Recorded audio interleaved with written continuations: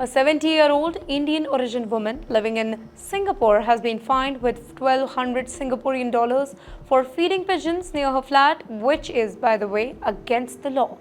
The woman, Shamla, was caught several times giving food to wild birds close to her home, even after she was warned to stop again and again. Talking about the law, then feeding pigeons and other wild animals in Singapore is not allowed under the country's Wildlife Act, unless you have special written permission from the National Parks Board. We can also call it NParks. NParks officers first noticed her on April 11, 2023 at about 4 p.m. when she was seen throwing grains to pigeons in her neighborhood.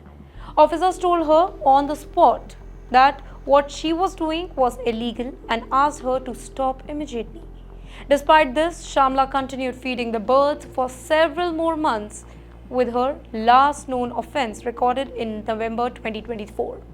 Now, this case became more serious when on February 19, Shamla interrupted an official pigeon control operation. Officers were trying to trap and remove pigeons from the area as part of a government program to control the bird population. But Shamla's action disrupted their work so badly that they had to cancel the operation.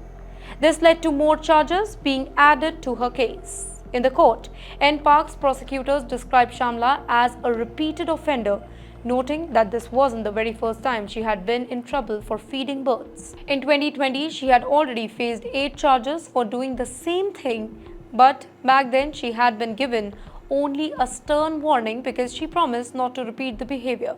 Although feeding pigeons may seem harmless to somebody, in a city like Singapore, it is taken very seriously.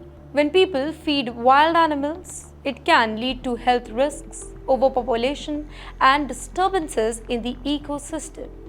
Pigeons in particular are known to gather in large number where food is easily available, and this can actually cause cleanliness problems and even damage the building. Normally, somebody caught feeding wildlife for the very first time can be fined up to 5,000 Singapore dollars. But in Shamla's case, the court gave her a lower fine due to her age and health condition. When the judge told her that she would have to spend 2 days in jail if she couldn't pay the fine, Shamla said her health wouldn't allow her to go to the prison. She paid the fine in full on the same day, by the way.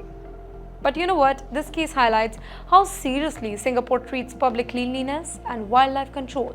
Even though Shamla may have seen her action as harmless and kind, the law in Singapore is clear.